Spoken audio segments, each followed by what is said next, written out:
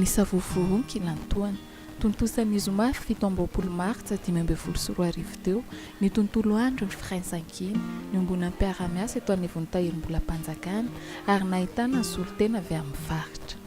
Nilaina tokoa sady nindrasany rehetra ity fotoana ity noho ny fifandraisana narisarisa teo amin'ny samy mpiara-miasa vokatry ny tsy fitovian-kevitra tao aorian'ny fanesorana ny tale jeneraly teo aloha Orlando Romananarivo Manantsoa.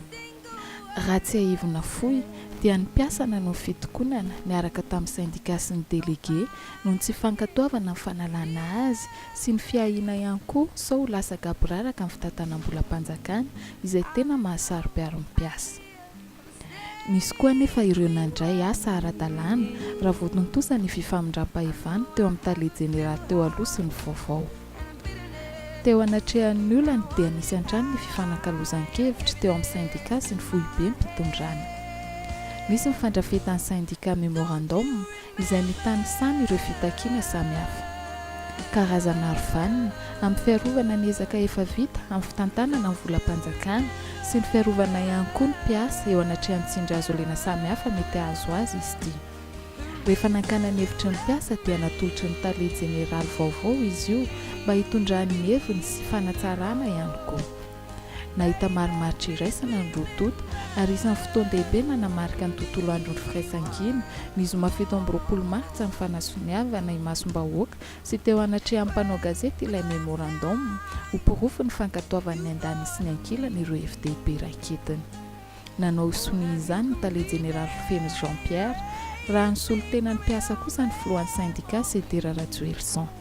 Ny antso ny mpiara-miasa tsy ankanavaka anason'ilay memorandum ihany koa ny tale jeneraly satria aminy dia tsy tokony syndika sy ny tale jeneraly ihany no ifamatotra amin'ireo soatoavina ireo fa ny rehetra mihitsy.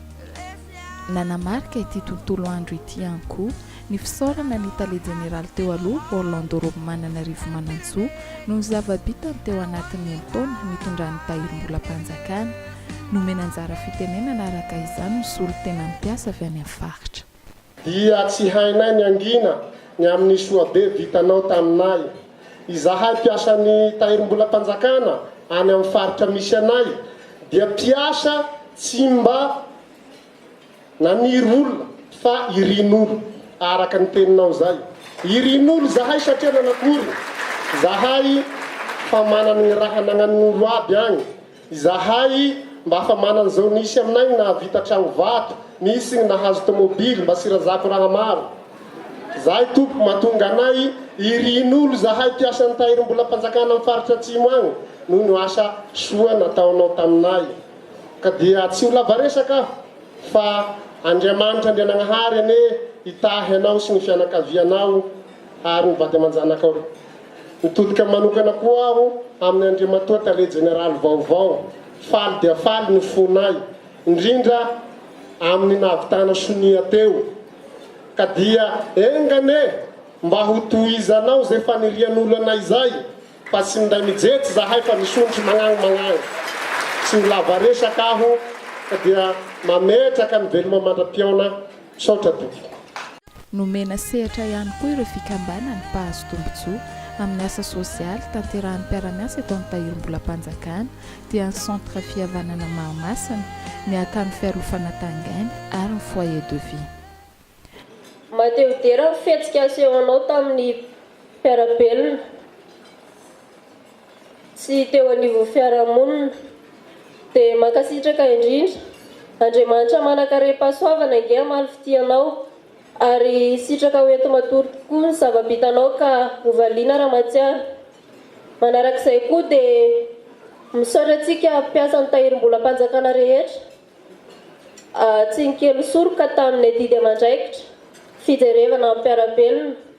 Mankasitraka indrindra tompoko ary Andriamanitra ilay manakare-pahasoavana ihany koa ane amaly fitianareo tsirairay avy. Maniry ny fitohizan'ny fiaraha-miasa ampitondra vaovao koa moa ry zareo ireto. Nahazo valiny mahafapo sahady izy ireo satria efa nanome tokony amin'izany ny tale jeneraly Fémis Jean-Pierre. Ankoatra ny firarentsoa ny tale jeneraly vaovao amin'ny andraikitra goavana sahaniny sy ny fisaorana mpiara-miasa dia nanamafy an-trano ny fihazonana, ny firaisan-kina sy ny firaisan-tsaina i Orlando Romananarivo Manantsoa. fa io firaisan-kina io no hanotokana mba hery hoentinareo hoentintsika atao amin'ny tahirim-bolam-panjakana malagasy manakana na misedra mitsindritsindry rehetra ny akanga maro tsy inona tsy vakinambo ary izay mitambatra vato fa izay misaraka fasika. Raha nandray fitenenana kosa ny tale jeneraly vaovao dia nanorotsorotra fa ilaina ny fitonena sy ny fiombonana amin'ny fanatanterahana ny asa izay antony nandravonana ny disadisy teo amin'izay roa herinandro izay.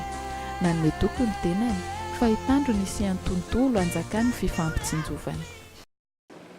Raha nandray fitenenana tamin'izany tamin'ny tany amin'ny assemblée générale tamin'ny tany amin'ny chambre de commerce dia za koa hoe izay marary anareo marary akoho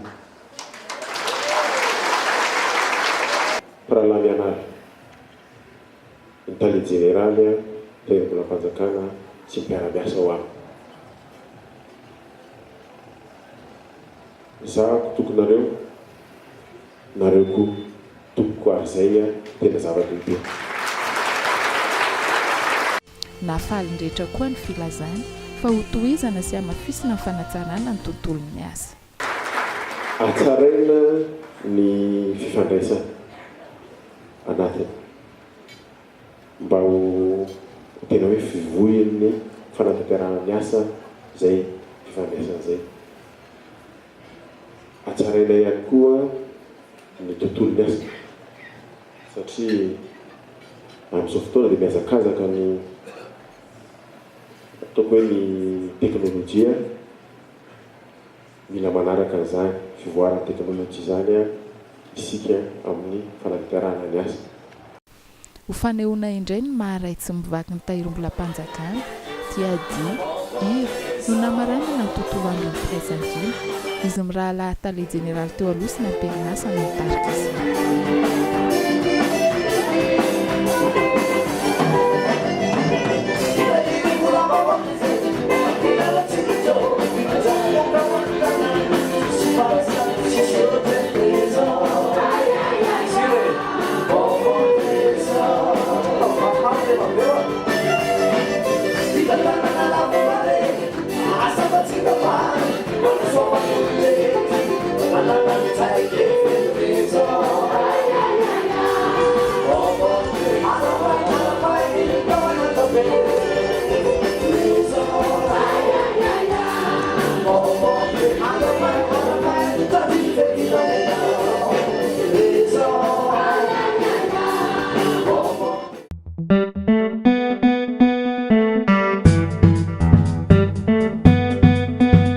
Vola tsara kajy, mahatsara fihavanana.